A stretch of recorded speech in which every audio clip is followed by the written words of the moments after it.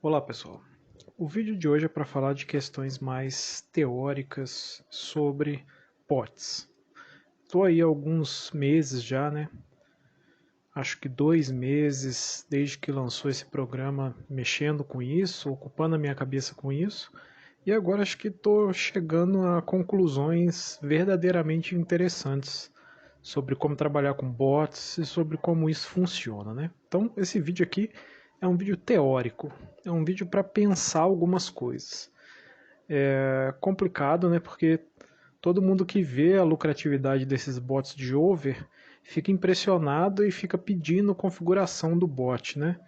Mas só que a gente tem que lembrar que todo mundo que trabalha com over, trabalha no over com 10% da stake. Então você vê ali, né, nesse over 0,5 FT que eu vou falar hoje, 7,19 de lucro e acha que é um lucro muito impressionante, mas não é. Se eu pudesse, eu estaria trabalhando nele com 10% da stake, que seria 20 centavos, né? Mas não tem como fazer isso, o mínimo é R$ 2. Então parece que o bot está lucrando muito, né? Que é uma coisa absurda, mas isso não é verdade. É preciso ter muita atenção para isso, tá? E é preciso ter muito cuidado com isso, né?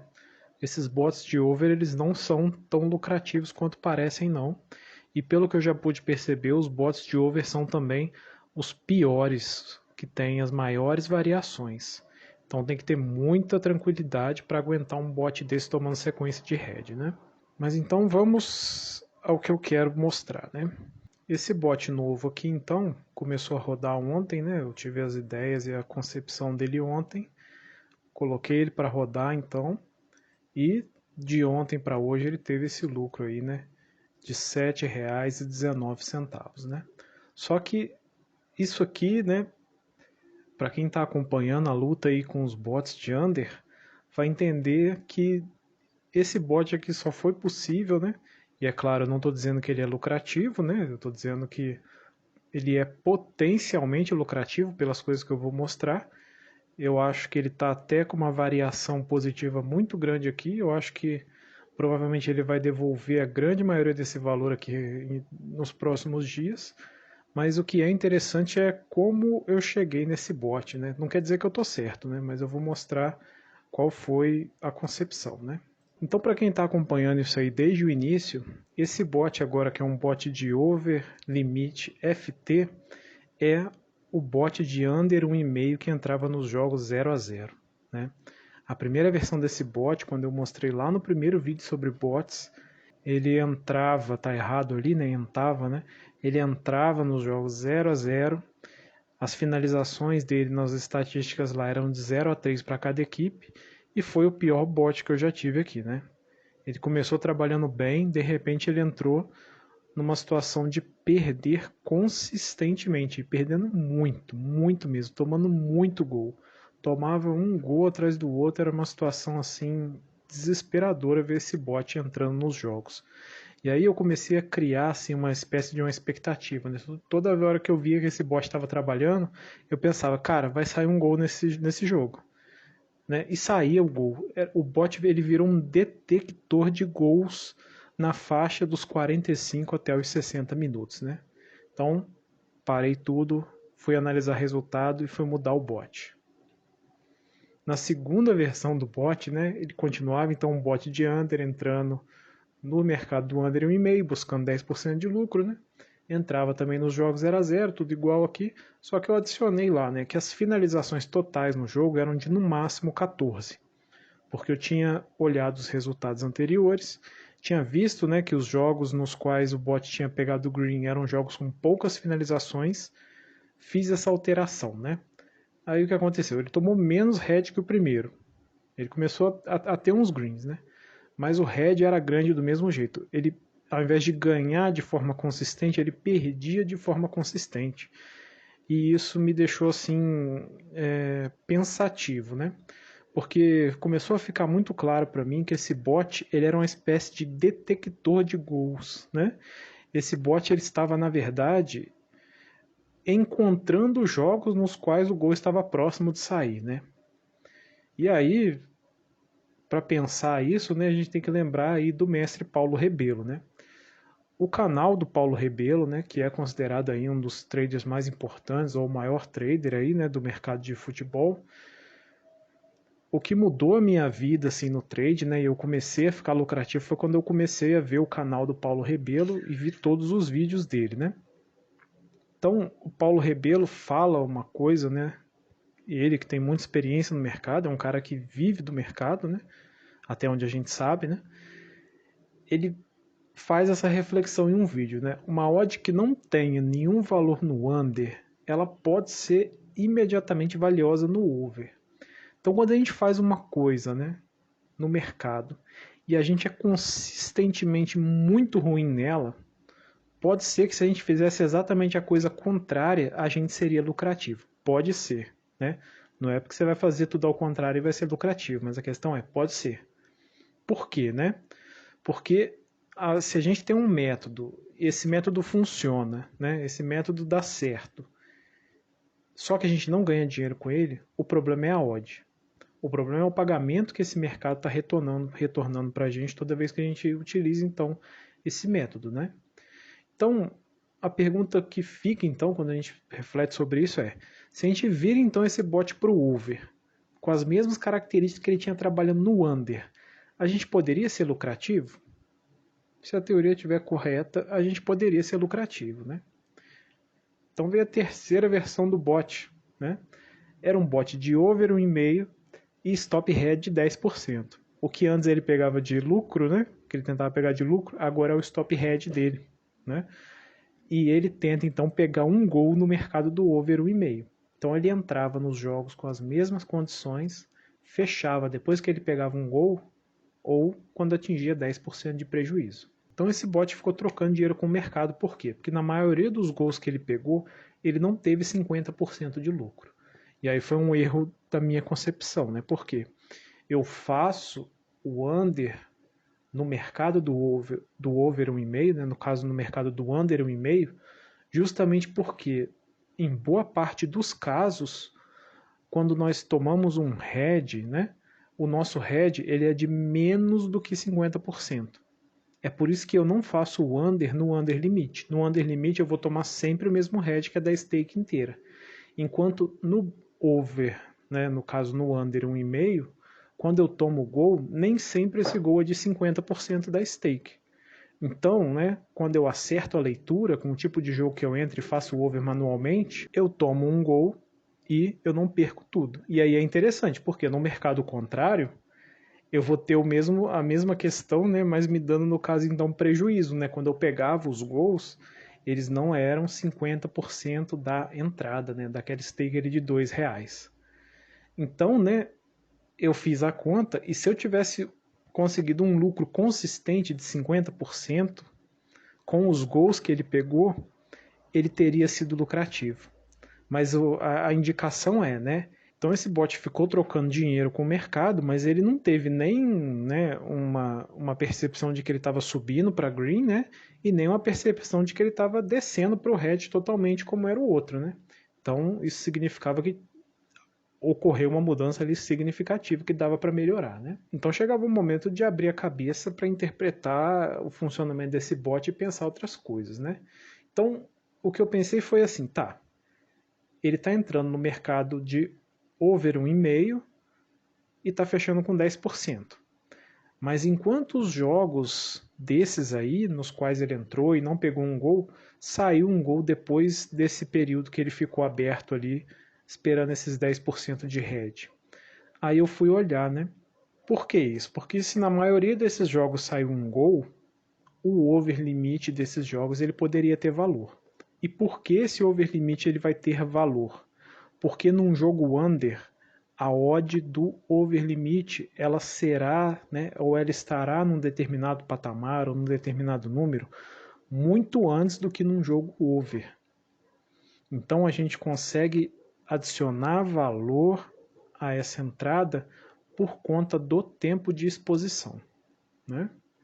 E aí então analisando todas as entradas que o bot fez, né, que eram ali 62 das versões anteriores e dessa versão que entrava no over, eu percebi que se o bot tivesse entrado então em todos aqueles jogos para pegar um gol só e tivesse ficado até o final, e aí eu fui observar também qual era a odd do limite, né? Nesses jogos nos quais a odd do over estava por volta de 3, então a odd do limite era por volta de 1,40. Então eu fui olhar, então, considerando essa odd de 1,43, né? Que é também para já descontar a comissão da Betfair, né? Eu observei então, né, que nessas 62 entradas, o bot teria então duas stakes de lucro, né? 4,63 de lucro, considerando aquela stake de R$ 2. Então esse é o resultado que a gente acaba tendo aqui, né, galera? Ele fez poucas entradas, né? Eu não estou mostrando isso aqui para vocês com o objetivo de mostrar o bot e falar que ele é lucrativo. Eu não estou dizendo isso em hipótese nenhuma, tá? A única coisa que eu estou mostrando aqui, que eu quero demonstrar, é o processo que eu fiz, né, para raciocinar, para refletir sobre esse bot e para pensar num bot possivelmente aí lucrativo, né? Aqui 2 dias do bot trabalhando não é nada, né? Ele começou a trabalhar ontem à noite, então ele vai ter que trabalhar muito ainda para mostrar que ele é lucrativo, né? Você tem que lembrar, ele está aqui com 7,19 de lucro depois de 15 entradas apenas, né? E na observação que eu fiz lá de 62 entradas daqueles jogos, ele teria 4,6 aqui, né? 4,63 de lucro. Então, né, esse aqui está um pouquinho acima, né, funcionando um pouquinho acima daquela previsão. Aí pode ser porque é só uma variância positiva, né, ele está variando positivamente um pouco, ou pode ser porque ele acaba pegando em algumas vezes essa odd bem maior do que 1,43. Né? E aí se a gente olhar aqui então, a gente vai ver, né, nesse jogo aqui, por exemplo, né, Sub-21 da Algéria. Lá nos 62 minutos, ele encontrou então essa odd de 1,54, né? Mais um aqui, ó.